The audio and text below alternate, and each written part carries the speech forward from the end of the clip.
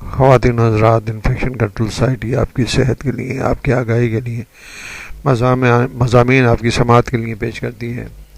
دانتوں اور مسوڑوں کی صحت مجموعی صحت کے لیے لازم ہے۔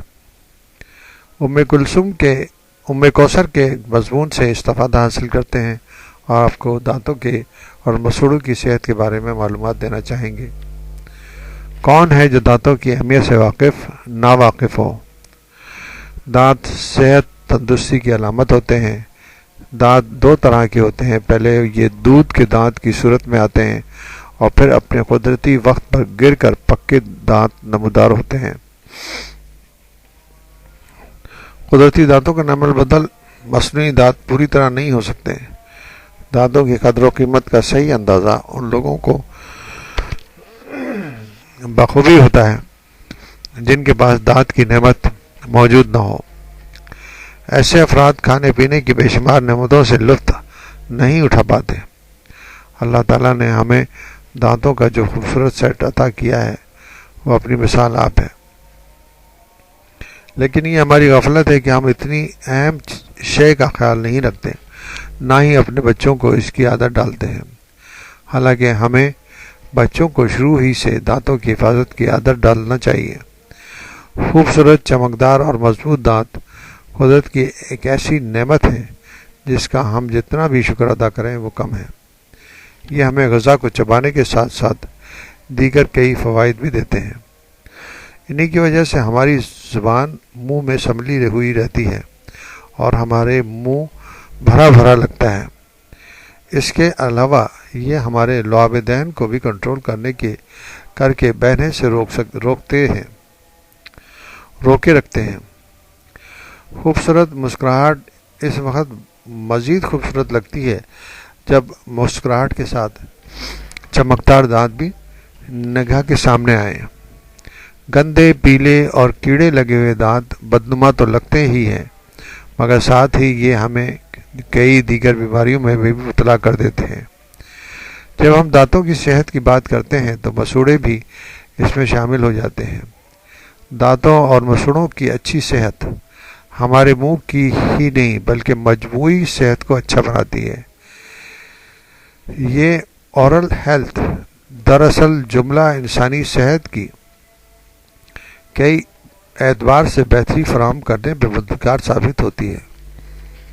ایک اسٹڈی رپورٹ کے مطابق دانتوں کی اچھی صحت دل کی بیماریوں سے تحفظ دیتی ہے۔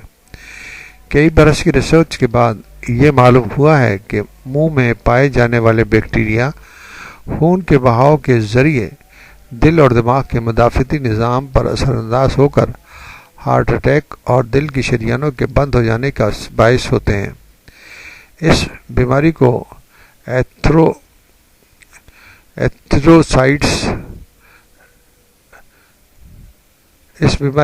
ایریتھروسیرائٹس کہا جاتا ہے جو ہارٹ اٹیک کا سبب بنتی ہے۔ منہ، دانتوں اور مسوڑوں کی صحت قائم رکھنے کے لیے منہ کا اندرونی جائزہ لینے کا ازحد ضروری ہے۔ یہ جاننا بھی کہ منہ کے اندر کیا ہوتا ہے۔ منہ میں دانتوں کے علاوہ 4 قسم کی چیزیں موجود ہیں۔ نمبر 1، لعاب دہن۔ یہ ایک گیلا لعاب ہے جس سے ہمارا منہ، دانت ہر وقت پر رہتے ہیں۔ بہت کم لوگ اس حقیقت سے واقف ہیں کہ یہ ہمیں جراثیم سے بچاتا ہے۔ اس سے دانتوں کی صحت جڑی ہے۔ قدرت نے اس کو منہ کے جراثیموں سے لڑنے اور ہمیں بچانے کے لیے پیدا کیا ہے۔ یہ منہ میں باقی رہ جانے والی غذا جو ذرات کی شکل میں ہوتی ہے منہ کو صاف کرتا رہتا ہے۔ دانتوں اور منہ کو نم رکھنے کے علاوہ غذا کو نرم کر کے نظام ہضم میں مدد دیتا ہے۔ پلیک، یہ نرم اور گیلا مادہ ہے جو دانتوں کے ساتھ ہر دم چپکا رہتا ہے۔ دراصل بیکٹیریا، پروٹوزوا، وائرس مل کر اس میں اپنا گھر بناتے ہیں۔ پلیک دانتوں کے لیے اتنا نقصان دہ ہے کہ ہمارے دانت صاف ہونے کے بعد بھی اس سے مکمل پاک نہیں ہوتے۔ بیکٹیریا، وائرس مل کر فوراً ہی دانتوں میں پلیک کے ذریعے حملہ آور ہوتے ہیں اور اپنی تعداد بڑھاتے چلے جاتے ہیں۔ یوں پلیک مزید موٹا اور گہرا ہو کر تہ در تہ دانت سے چپک جاتا ہے اور دانت مستقل خطرات سے دوچار ہو جاتے ہیں۔ ٹارٹر: جب پلیک سخت ہو جاتا ہے تو ٹارٹر کی شکل اختیار کر لیتا ہے۔ ٹارٹر ہونے کا مطلب ہے کہ دانتوں کے قدرتی کیلشیم اور فاسفورس دیگر نمکیات کو خطرہ لاحق ہو گیا ہے۔ یہی نمکیات دانتوں کی جان ہوتے ہیں۔ ٹارٹر سے دانتوں کی بیرونی تہ خطرے میں آ جاتی ہے۔ بیکٹیریاز: یہ دراصل وہ بیکٹیریا جرثومے ہیں جو ہمہ وقت ہمارے منہ میں موجود ہوتے ہیں۔ یوں تو مفید بیکٹیریا بھی پائے جاتے ہیں جو نقصان دہ بیکٹیریا کے خلاف مزاحمت کرتے رہتے ہیں، بلکہ منہ میں زیادہ تر نقصان دینے والے بیکٹیریا کا جمع غفیر موجود رہتا ہے۔ یہ بیکٹیریا دانتوں کی صحت کے دشمن ہیں جو غذا کے باہر رہ جانے والے ذرات کے ساتھ مل کر تیزاب بناتے ہیں اور پھر اس سے دانتوں کو کمزور کر دیتے ہیں۔ کیا آپ نے ایک ایسے درخت کا مشاہدہ کیا ہے جس کے 2 تنے ہوں؟ دانتوں میں بھی اس طرح کے 2 حصے دانت بھی اس طرح کے 2 حصوں پر مشتمل ہوتے ہیں۔ پہلا حصہ وہ ہے جو سفید ہے اور آپ منہ کھول کر دیکھ سکتے ہیں۔ دوسرا حصہ اس کی جڑوں پر مشتمل ہے۔ درخت کی جڑوں کی طرح دانتوں کی جڑیں بھی اسے مسوڑوں میں مضبوطی سے کھڑا رکھتی ہیں۔ اگر مسوڑے کمزور ہوں تو یہ بھی کمزور ہو کر لڑکھڑانے اور گرنے لگتے ہیں۔ یہ مسوڑے منہ کی ہڈی میں پیوست ہوتے ہیں۔ دانتوں کی 3 تہیں ہوتی ہیں۔ پہلی بیرونی تہ جس کو ڈاکٹری زبان میں اینول کہا جاتا ہے، وہ سخت اور کرسٹل نما ہوتی ہے۔